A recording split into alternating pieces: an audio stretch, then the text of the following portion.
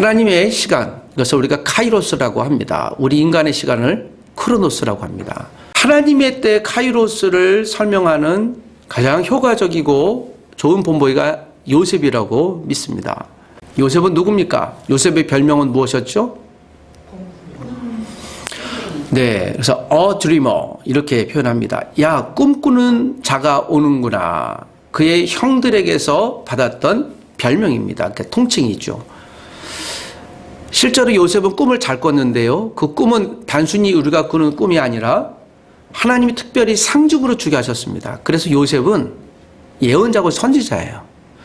결국 요셉은 하나님이 주신 꿈을 꾸는 것과 더불어 해석하는 능력이 있으므로 요셉이 오늘 본문에 나왔던 것처럼 애굽의 바로 앞에 섰을 때 그 꿈을 꾸고 해석하는 은사를 통해 하나님이 그를 애굽의 유력한 정치인으로 세워 그 인생에 전화위복을 주는 것을 믿습니다. 요셉의 인생, 그의 인생이 하나님 앞에 어떻게 쓰임받았을까? 자, 성경 내용 우리가 말씀 묵상하는 것을 여러분께 알려드렸듯이 올해는 제 설교를 들을 때마다 또는 누구에게 설교를 들을지라도 꼭 이 세 가지를 기억하십시오. 관찰하고 해석하고 적용하는 거예요. 저도 오늘 성경 본문을 준비할 때 본문 전체를 한번 관찰해 봤습니다. 오늘 이 내용은 어떤 내용일까? 그리고 이 관찰한 내용을 갖고 해석하는 거죠. 아, 이런 해석이 있구나. 그리고 해석의 결과를 갖고 이렇게 적용하는 것이죠. 우리가 모든 상황들을 볼 때 그 상황을 관찰을 제대로 해야. 그래서 여러분 관찰은 어떻게 해야 될까요? 사실대로 해야 돼요. 내가 주관적인 관찰을 하지만 내가 그 주관적인 관찰 안에서 객관적인 사실을 관찰하고 해석할 수 있어야 돼요. 그래야 답이 나와요. 이것은 우리가 세상에서 비즈니스를 하거나 또는 세상의 인간관계를 하거나 모든 어떤 일들을 풀어낼 때 쓰는 가장 기본적인 원칙 기준입니다. 우리가 기준이 무너지지 않으면 집이 무너지지 않아요. 근간이 무너지지 않으면 집은 견고히 서 있게 마련입니다. 자, 오늘 성경에 있는 요셉에 관한 이야기를 여러분들이 읽었는데 다시 한번 관찰해 보시기를 부탁드립니다. 요셉에 관한 이야기는 37장부터 나오긴 합니다. 그러나 오늘 이 본문에 좀 더 해석을 관찰을 하기 위하여 여러분의 성경 40장을 보면 요셉이 감옥 안에서 두 관원의 꿈을 해석해냅니다. 감옥 안에서 두 관원이 이 바로의 진노를 사서 어찌하다가 감옥에 들어왔고 그들이 꾸었던 꿈을 그들이 고민하고 있을 때 요셉이 해석해 주죠. 요셉이 감옥 안에서 요셉이 가졌던 은사예요. 탤런트가 아니라 은사를 잘 발휘하죠. 그러니까 그들을 꿈을 해석해 주고 그들을 섬기는 것이죠. 자, 그리고 오늘 이 41장에 오늘 본문에 있는 이 내용 2년 뒤에 요셉을 다시 찾았던 관원으로 인해 요셉이 바로 앞에 서고 바로가 꾸었던 꿈을 해석해 주므로 그 바로가 요셉을 애굽의 2인자로 등단하는 광경이기도 합니다. 제가 요셉을 통칭할 때 구약의 빠병이라고 그랬습니다. 요셉은 감옥 생활에서 그가 17세의 형들에게 팔린 뒤로 미디안 상인에게 팔리고 그리고 그들은 더 많은 값을 쳐서 애굽 보디발의 총무로 가정관리인으로 지금으로 얘기하면 가정부죠. 팔았고요. 그리고 그 판 과정 속에서 우여곡절 또 그 보디발의 아내의 오해를 받고 누명을 쓰고 감옥에 들어가고 감옥 안에서도 인정받고 총무가 돼서 다시 열심히 일을 하며 오늘 본문까지 이릅니다. 오늘 본문이 요셉의 나이가 몇 살이었을까요? 30세였습니다. 성경은 불과 몇 장에 치우치지만 우리가 연대기적으로 이렇게 사건 중심으로 이루어져 있기 때문에요. 그 한 장 사이에 수백 수천 년이 흐르기도 하고요. 수십 년이 흐르기도 합니다. 지금 우리가 요셉의 인생을 약 한 13년의 인생을 지금 읽고 있는 것이죠. 요셉의 인생의 전환점을 우리가 서두에 말씀드렸던 것처럼 형들에게 인신매매 당했죠. 그래서 성경에서 등장하는 최초의 인신매매 희생자라고 볼 수 있습니다. 요셉에게 두 번째 전환점은요, 감옥에 투옥되는 사건이에요. 하나님의 때에 그가 쓰임받는 과정입니다. 그런데 쓰임받는 과정은요, 고통의 과정이었습니다.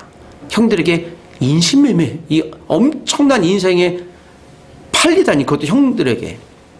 그리고 그가 또 열심히 일했지만 누명을 써서 감옥에 갇히는 엄청난 두 가지 사건이 요셉에게 있어서는 큰 충격이 되었을 것입니다. 여러분, 요셉이 트라우마가 되지 않았겠습니까?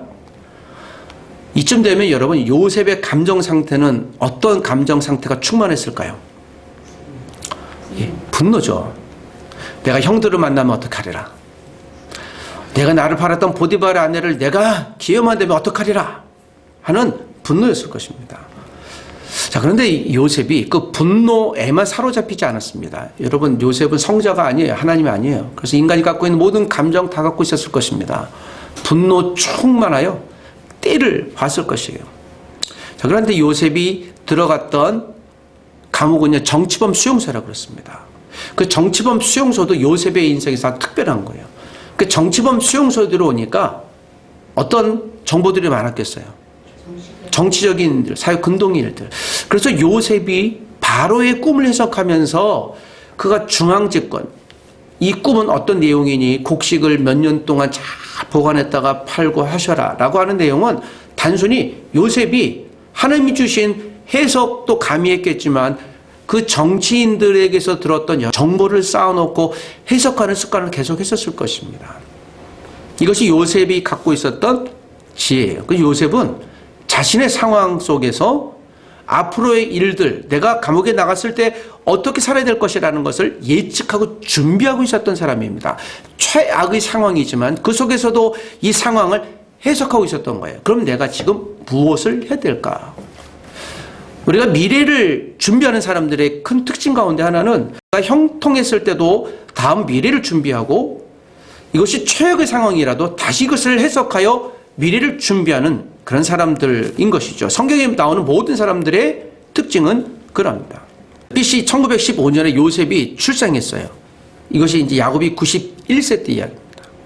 그러니까 요셉이 약 BC 1890 몇 년쯤에 팔렸을 것입니다. 자, BC 1800년이라면 우리가 성경에서 얘기하는 출애굽 사건 1446년이에요. 거의 400년 전의 일들이 오늘 요셉의 일들입니다.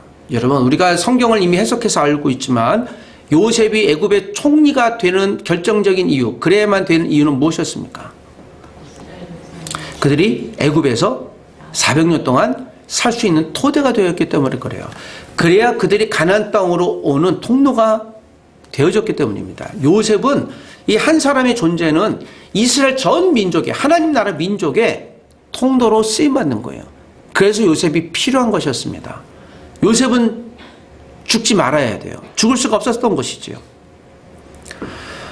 자, 이쯤 돼 보면 오늘 이 요셉의 사건은 단순히 요셉 개인의 형통을 얘기하기에는 유치해요. 요셉 개인의 형통을 우리의 해석, 관찰이 머무른다면 우리가 이 기복주의로 흐를 가능성이 굉장히 많아요. 자, 성경은 연대기적으로 흐른다고 그랬잖아요. 요셉 이후에 우리가 나오는 하나님의 사건들을 계속 유추하고 붙잡을 수 있어야 될 줄 믿습니다.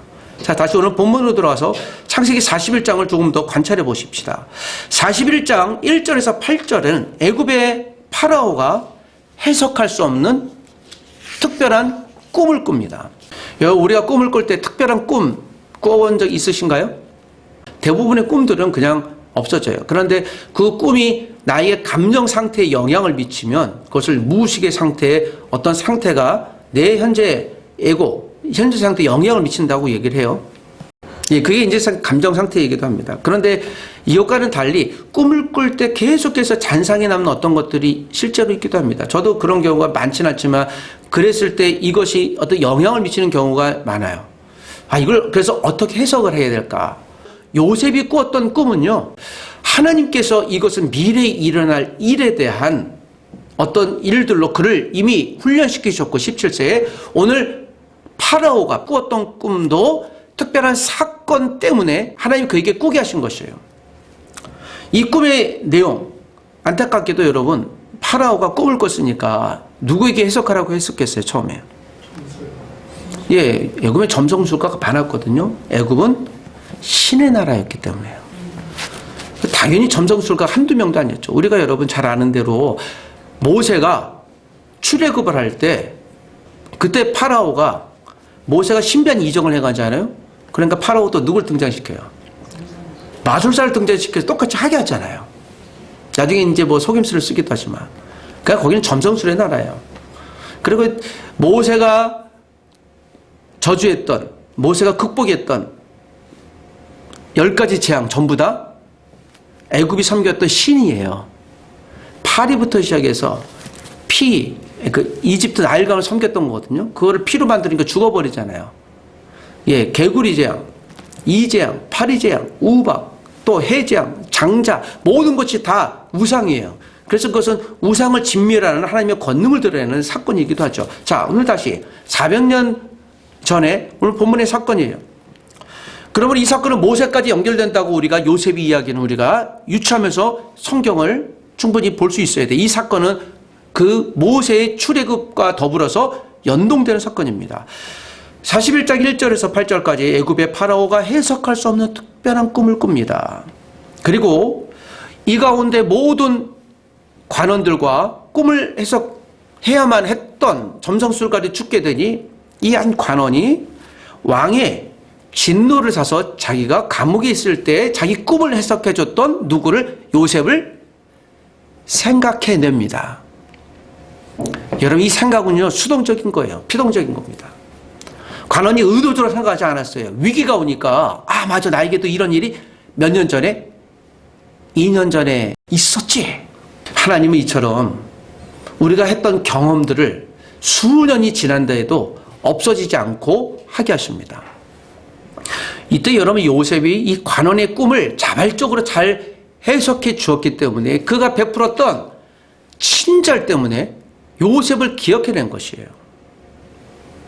그리고 요셉을 등장시킵니다. 창세기 41장 25절에서 오늘 36절 본문 바로 그 앞에까지 요셉이 바로의 꿈을 낱낱이 해석해내는 거예요. 여러분 꿈을 꾸는 것은 얘기할 수 있지만 그것을 해석하는 것은 쉽지가 않아요. 그런데 요셉은 여기에 해석까지 해냅니다. 이것이 오늘 바로 36절까지 이야기해요. 그러니 왕이 어때요? 거기 동의하잖아요. 그 해석이 맞았다는 거예요. 맞아 라고 땅을 치죠. 그래 요셉아 너가 맞구나. 그리고 오늘 읽었던 본문에 41장 37절에서 읽었던 45절까지 우리가 이미 읽었지만 파라오가 요셉을 어떤 위치에까지 오르게 합니까? 예, 자기의 두 번째 자기가 탔던 마차를 타고 애굽 온 적을 돌게 하면서 수도였겠죠.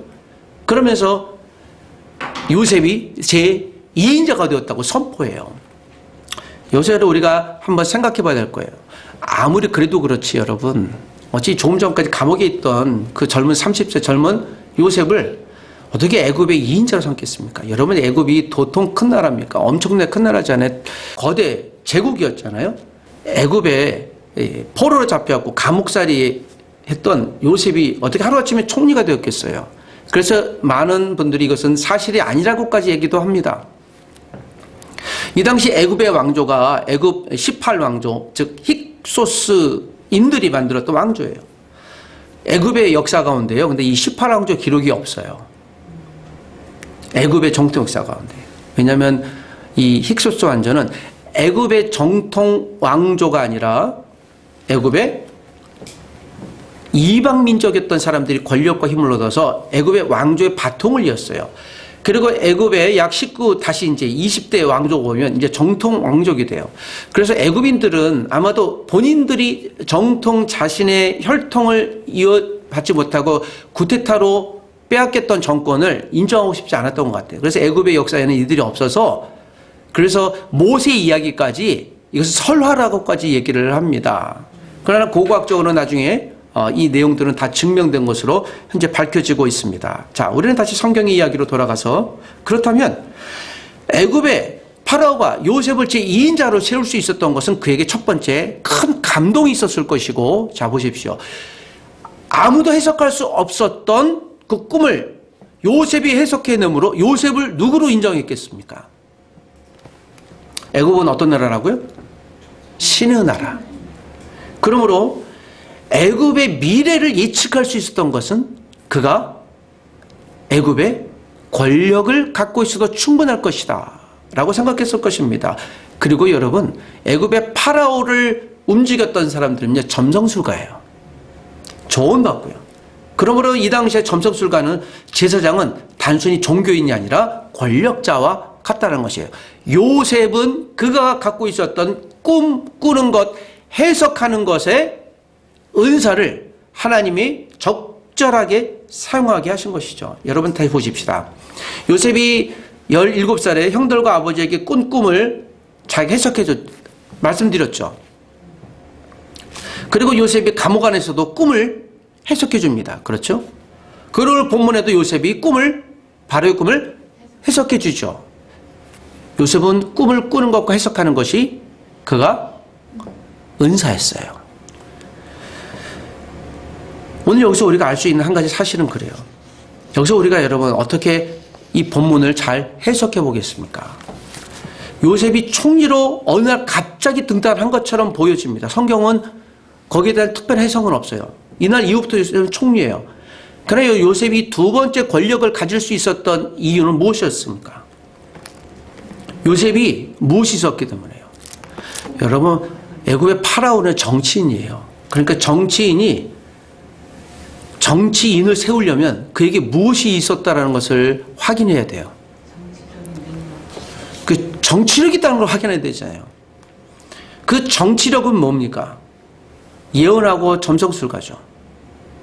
그러니까 그가 영적인 사람인 것을 확인하고 싶었던 건데 이것은 그 확인하는 첫 사건인 것이죠. 우리에게 하나님이 주신 은사가 있을 것이에요. 여러분, 하나님이 나에게 주신 은사는 혹 무엇일까요? 하나님은 요셉에게 주신 꿈을 해석하는 은사를 갖고요, 사람의 마음을 해석했어요. 그러니까 관원도 감사가 되었고 파라오도 설득되어졌잖아요. 그러니까 그 동의된 거죠. 하나님은 그에게 주신 은사 잘 활용했습니다. 내게 주신 은사는 무엇일까요? 여러분, 은사는 내가 탤런트가 아니라 그랬잖아요. 내가 뭔가 잘하는 것 그건 아니라 그랬잖아요. 피아노를 잘 치는 사람은 탤런트예요. 그렇죠. 그러나 사람을 감동하게 하거나 사람의 영혼을 감동시키는 건 또 다른 문제입니다. 어떤 사람은 노래를 잘하지만 그 노래를 잘하는 것이 뽐내다 보니까 사람들의 질투를 받고 오히려 경계심을 받는 사람을 본 적도 있습니다. 내가 뭐 잘하지 얘기하고 있는데 듣는 사람들은 아니 또 잘난 체 하네. 실제로 잘하는 거 맞아. 그러나 너는 너무 그 잘난 체 때문에 망할 거야. 혹시 이렇게 상대방에게 비난받는 경우도 있죠. 여러분, 은사는요, 사람을 유익하게 해요. 그리고 인정받는 거예요. 그래서 여러분, 내가 직장이나 가정이나 모든 곳에서 우리는 탤런트가 잘 발휘되되 내게 주신 은사의 옷을 입고 발휘된다면 그런 사람들에게 뿐만 아니라 환경에서 인정받을 것입니다. 하나님, 내게 은사는 무엇입니까? 여러분, 올 한 해를 시작하면서 저와 여러분에게 다시 도전하는 한 가지는 하나님이 주신 은사에 대한 정확한 구별과 활용을 여러분들이 고민하시고 또 올 한 해가 하나님의 은사가 잘 풀어지고 쓰임받는 한 해가 되시길 부탁드립니다. 요셉처럼 하나님이 거룩한 때에 그를 높이실 때 우리도 그렇게 쓰임받을 줄 믿습니다. 기억하십시오. 요셉은 17세에 받은 은사를 30세에도 여전히 하고 있었어요. 성경은 사건 중심이라고 그랬잖아요. 그럼 요셉은 일상에서도 어떠했겠습니까? 일상에서도. 예, 그런 꿈들을 해석해주는 일들을 잘 했을 것이에요. 여기서 또 한 가지 우리가 질문해 볼 수 있어요. 감옥 안에서 2년 전 사건으로 다시 돌아가 볼 때 감옥에서 은혜를 입은 술관원 있지 않습니까? 그가 요셉을 잊어버렸잖아요. 왜 잃어버렸을까요? 그가 의식을 갖고 잊어버렸을까요? 피동적으로 잊어버리게 되었을까요? 나에게 이런 꿈을 해석해준 요셉을 그가 기억하지 않을 수가 없었을 텐데 생각해보면 요셉을 잊었다라고 얘기를 해요. 왜 잊었을까? 이건 하나님의 카이로스가 필요했던 거죠. 요셉이 그 당시 28살이잖아요. 애굽의 공무원으로 등단할 나이는 30세예요. 이것을 한 번 더 또 해석해 보면 28살에 바로 앞에 섰으면 해석은 했겠지만 그가 큰 상을 받고 아마 끝났을지 모르겠어요. 법이 그러하니 하나님은 요셉이 30세가 될 때까지를 기다렸습니다. 여기서 또 한 가지 우리가 해석할 수 있는 것이죠. 여러분, 시간이 지나면 은혜를 잊어버립니다. 내가 누군가에게 받은 은혜, 또 심지어는 하나님에게 받은 은혜까지도 잊어버릴 수 있어요. 그래서 여러분, 은혜는 기억해야 되는 것이에요. 은혜를 기억해서 은혜를 상기시키고 그 은혜 받은 것을 묵상하여 나도 그 은혜 받은 만큼 누구인가 흘려보내 주어야 돼요. 그러면 은혜는 또 다른 은혜를 불러올 것입니다. 우리가 기도할 때 하나님께 응답받죠. 그리고 다시는 기도 안 합니까? 여러분, 맛있는 음식을 경험한 사람들은 그 음식을 기억하여 나중에 또 먹어보려고 그래요. 우리가 하나님께 기도함으로 은혜를 응답을 받은 경험이 있으면 그 계속해서 하나님 앞에 더 큰 은혜 응답을 놓고 기도의 자리로 나갈 것입니다. 우리가 은혜를 잊지 아니할 때 그 은혜는 또 다른 은혜를 갖고 와요. 사람의 관계도 마찬가지입니다. 사람에게 받은 은혜를 우리가 잘 기억할 때, 감사하고 고백할 때 그 사람들의 관계가 더욱더 깊어져요. 하나님과도 마찬가지예요. 하나님, 나에게 이런 은혜를 주셨죠. 그러므로 내가 하나님 앞에 다시 이렇게 헌신하겠습니다. 이런 관계가 지속되면요, 더 큰 것이 와요. 우리가 더 큰 것을 바라보기 위해서 은혜를 기억할 것이 아니라 하나님이 주신 은혜, 또 우리가 사람에게서 받은 은혜까지도 기억함으로 관계를 계속 깊게 확장시켜 나갈 수 있는 것입니다. 여러분, 내가 잊지 못할 은혜는 무엇입니까? 하나님에게 받은 은혜는 무엇입니까? 혹시 사람에게 받은 은혜는 무엇입니까?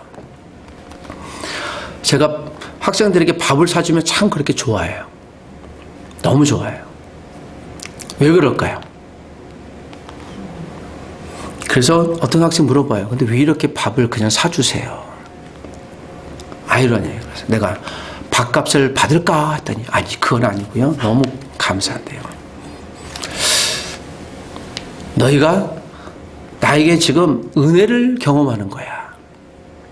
대신에 너희도 졸업하게 된다면 너희가 사는 세상에서 교회 다니고 있는 어떤 분에게 받았던 이 친절, 은혜를 기억하여 동일하게 살아라. 학생 때는 은혜를 받아라. 그래서 제가 은혜를 이렇게 설명했더니 그거 좋다고. 좋은 거래라고 그래요. 졸업하고 여러분의 일상에서 그렇게 살아라. 여러분, 우리가 부모님에게 받은 은혜가 있잖아요. 또 모든 한 분 한 분에게 받은 은혜가 있잖아요. 그 은혜는 기억할 것이에요. 사람에게 받은, 또 하나님에게 받은 은혜. 우리가 하나님에게 받은 가장 큰 은혜는 무엇입니까? 무슨 은혜? 구원의 은혜잖아요. 이건 바꿀 수 없고 누구 거래할 수 없는 것이잖아요. 그 구원을 그래서 여러분 우리가 묵상하며 살아야 돼요. 그래, 구원의 은혜란 무엇일까? 구원의 은혜란 무엇일까? 그래서 우리가 오늘 이렇게 예배하고 있잖아요. 예배하는데 우리가 감사해야 되잖아요. 역설적으로 우리가 11절 안 했든지 주의를 지키지 않든지 또 하나님 주신 어떤 삶의 헌신을 하지 않든지 이것은 무엇을 망각하는 겁니까? 은혜를 망각하는 거예요. 은혜를 망각할 때 어떤 일이 벌어져요? 물론 하나님이 저주하지 않으세요. 그런데 더 큰 하나님의 은혜가 유보돼요. 그 인생이 심각한 마이너스가 될 것입니다. 자, 오늘 요셉에게 오늘 본문도 이렇게 해석할 수 있는 것입니다. 누군가 우리를 혹 잊었을지라도 술관원이 요셉을 잊었던 것처럼 요셉이 서운했겠을까요? 안 했을까요? 왜 안 했겠습니까? 요셉이 머리가 얼마나 비상하게 돌아가는 사람인데, 탈옥을 위해서 얼마나 했었던 사람인데, 또 배신당했구나 생각하지 않았겠습니까? 그래도 요셉은 그것을 기다리고 있었을 것입니다. 우리가 받은 은혜, 또 우리가 줄 수 있는 은혜가 있으면 여러분, 은혜를 누군가 베풀 때 어떻게 해야 됩니까? 감사하며 받으셔야 돼요. 괜찮아 하지 마십시오. 교만입니다. 또 은혜를 줄 수 있을 때 주십시오. 아까워서 주지 않는다면 그것도 교만이에요. 은혜를 하나님 주실 때 잘 받으시고 은혜를 베풀 때 여러분들 베풀 수 있게 되기를 원합니다. 오늘 이 요셉에게서 배울 수 있는 중요한 요셉의 생존 법칙이었습니다. 그런데 여러분, 요셉이 애굽의 두 번째 권력자로 일어나니 요셉에게 자 45절에 보니까 파라오가 그를 장가들게 합니다. 결혼시켜요. 누구와? 온의 제사장, 가장 유력했던 도시 온의 제사장 보디베라의 딸 아스낫을 그에게 주어 아내로 삼게 합니다. 그리고 요셉의 이름을 바꿔요. 무엇으로? 사브넷 바네아. 사브넷 바네아라는 뜻은요, 신은 말씀하신다. 그리고 그는 산다라는 뜻이 있다고 일컬어집니다. 그런데 오늘 제가 힉속스 왕조라고 그랬잖아요. 애굽 18왕조는 작은 나라에 있는 사람들 많이 등용했어요. 그러니까 애굽 혈연 지상주의가 아니었어요. 그래서 그들이 근동의 애굽이 힉속스 18왕조는 굉장히 많은 부족들을 전쟁 없이 그들을 수하에 둘 수 있었던 것이죠. 그러니까 사람을 등용시켰습니다. 각각 다를지라도. 이것이 이 왕조가 번성했던, 그래서 요셉이 총리로 등장할 수 있었죠. 근데 여러분 400년 지나니까 요셉을 알지 못하는 왕 파라오가 생겼다. 이거 누구예요? 다시 원래 애굽의 정통 혈족으로 등장한 거죠. 그래서 기존에 있었던 모든 작은 부족들은 다 내쳐내는 작업을 한 거예요. 그래서 노예가 된 거예요, 하루아침에. 정치는 이렇게 바뀝니다. 그래서 여러분, 우리가 정치에 맹종하지 마십시오. 저는 사람에 대한 평가가 굉장히 인색해요. 이순신 장군쯤 돼야, 그래, 저번에 존중할 만하지. 저는 이제 그렇게 평가하는데요. 현존하는 사람의 누군가 이렇게 극렬히 지지를 보내고 하는 것도 우리가 참 조심해야 돼요. 사람은 사랑하고 존중은 필요하지만 그들을 추종하거나 맹종하는 건 굉장히 위험하고, 현존하는 사람들 중에 추종하고 맹종할 사람은 저는 단언컨대 그 어디에도 한 사람도 없을 것 같아요. 다만 하나님이 그를 사용할지 안 할지 여기에 대해서 우리가 고민하는 것이죠. 추종하지 마십시오. 자, 오늘 여기서 배울 수 있는 것은 그런 것이죠. 이 정치가 얼마나 허무한가, 또는 권력이 얼마나 허무한가. 권력이 하루아침에 없어질 수 있잖아요. 권력이 있을 때 오는 사람들이 있어요. 그 사람들을 유념해야 됩니다. 제가 대학에서 이름난 사람으로 알려져 있는데, 그래서 어떤 일을 하면요, 주변에서 이렇게 와요. 뭐 같이 하자고 하면. 처음엔 그런 것들 열심히 했지만 어느 날 진짜 갑자기 오는 사람이 있어요. 몇 년 전에 잠깐 만났던 사람인데 좋은 제안을 해보고 프로포즈를 하면서 이 프로젝트를 같이 하자고. 요즘엔 제가 거기 반응을 잘 안 해요. 왜냐하면 그분들은 나에 대한 관계보다 나를 통로로 사용하고 싶은 목적이 더 크지. 그래서 제가 이제 그런 분들한테 그런 얘기하죠. 우리 먼저 교제해 봅시다. 우리 친구가 되어 봅시다. 열이면 9은 더 연락을 안 해요. 그분들은 이제 저에게 이제 필터링에 나간 거죠. 우리가 일로 만나는 것도 필요하긴 하지만, 여러분, 우리가 권력이 있을 때 오는 사람들을 유심히 조심해야 돼요. 내가 권력이 없을 때, 심지어는 내가 최악의 상황에 있을 때 나와 끝까지 남아있는 사람이 있다면, 그 사람은 인생 오랜 동안 친구, 저는 이걸 길벗이라고 얘기합니다. 믿음의 길벗이 될 만한 확률이 많아요. 그 사람들을 같이 가셔야 돼요. 형통할 때 말고 어려울 때예요. 요셉이 이름을 바꿨어요. 사브넷 바네아. 요셉이 창씨개명한 거잖아요. 요셉이 왜 바꿨을까요? 살기 위해. 살기 위해서. 사실 보면 요셉이 적응한 거예요. 여러분, 요셉이 지금 꿈을 이뤘잖아요. 탈옥의 꿈을 이뤘지 않습니까? 더군다나 애굽의 권력자가 됐잖아요. 그랬더니 여러분 살아야 되겠죠. 그리고 온의 제사장이라고 하면 이 이방신을 섬기는 제사장. 제가 무엇을 믿었을까 했더니 이 제사장들은 한두 신을 믿는 게 아니라 수십 가지 신을 믿었던 제사장의 딸이라면, 이것도 여러분 요셉이 파라오 입장에선 요셉이 다른 데로 못 가게 지금 안전장치를 마련해 주는 거예요. 그들이 낳은 자식도 전부 다 그러니까 포로예요. 이 당시 그런 전략을 썼기 때문에 요셉이 어디 못 가게 하는 것이죠. 그러나 여기서 생각해 보는 것은, 여러분 기억하십시오. 요셉이 하나님에 대한 신앙을 지켰을까 안 지켰을까요? 요셉은 끝까지 지켰어요. 다행히도 힉스 왕조가 자신들이 믿었던 신은 다 믿게 했기 때문에요. 강제로 개종시키지 않았습니다. 우리가 충분히 유추건데 야곱을 다시 만났던 요셉이 야곱에게 그 두 아들을 축복 기도해달라고 하는 광경이 나오잖아요. 창세기 47, 8장에. 그런 것을 봐서 요셉은 자신의 믿음을 아주 견고히 지켰을 것이에요. 그래서 요셉의 믿음을 우리가 칭송할 수 있는 이유가 거기 있는 것이에요. 요셉은 비록 자신의 어떤 상황 가운데, 최악의 상황 가운데 있었지만 요셉은 하나님에 대한 믿음을 포기하지 않았습니다. 이전에 맥주회사 있어요. 오땡 맥주회사가 있었는데 거기 신회를 성경 공부했던 그 당시 목사님이 저에게 얘기했습니다. 오늘 신회 갔다 왔는데 거기서 상담을 했는데 큰 문제가 생겼다고. 어떤 문제냐고. 그 신회에 계신 어떤 한 분이, 신입사원 한 분이 내가 회사를 위해서 기도해야 되는데 우리 회사가 부흥하게 해주십시오. 발전하게 해주십시오라고 하면 무엇이 많이 팔려야 돼요? 맥주가 많이 팔려야 되지 않습니까? 맥주가 많이 팔려야 되면 어떤 일이 벌어지는 거예요? 예, 세상은 이제 술로 가득할 텐데, 그러니까 이분이 고민이 생긴 거예요. 그런데 보니까 그것을 그분뿐만 아니라 많은 선배들이 그 고민을 했대요. 어떻게 될까? 이걸 놓고 그 성경 공부 인도하셨던 목사님이 갑자기 자기도 할 말이 없어진 거예요. 그래서 저보고 의견을 묻는 거예요. 그래서 하나님이 당신을 거기에 목회자를 모셨으면 당신이 책임질 것 집이 나한테 묻냐 해서 알아서 하시오.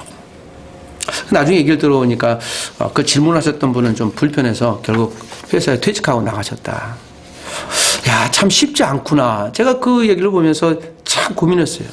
그런데 우리가 그 목사님과 함께 얘기 나누면서 그래도 우리가 이곳에 기도하고 왔다면 끝까지 버티는 것이 나지 않을까. 그래야 되지 않을까.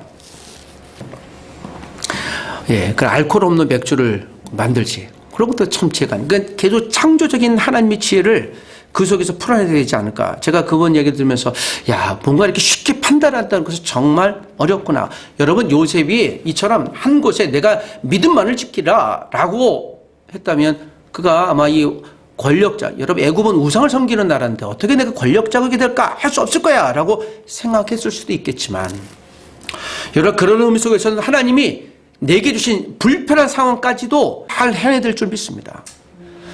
애굽에서 요셉이 그러므로 총리가 됐을 때 이후의 비전은 무엇이었겠습니까? 꿈은 무엇이었겠습니까? 여기서 여러분 총리로 잘 사는 것이었어요. 그리고 여러분 이제 7년 뒤에 다시 이제 형들을 만나잖아요. 요셉이 알았을까요? 몰랐을까요? 그 형들을 만날 거, 이때쯤 만나야 될 걸 알았어요? 몰랐어요? 몰랐죠. 17세에 내가 형들에게 팔릴지, 30세에 내가 총리가 될지, 39세에 내가 다시 형들을 만날지 요셉은 알았어요? 몰랐어요? 몰라요. 그래서 이것은 비밀이에요. 은사는 비밀이고 하나님의 때는 비밀이에요. 그러나 요셉을 통해서 요셉이 어떻게 생존했는가라고 하는 그 기준, 단 한 가지 다시 원칙으로 돌아와 그는 하나님이 주신 은사, 즉 하나님에 대한 기억을 놓치지 않았던 사람이에요.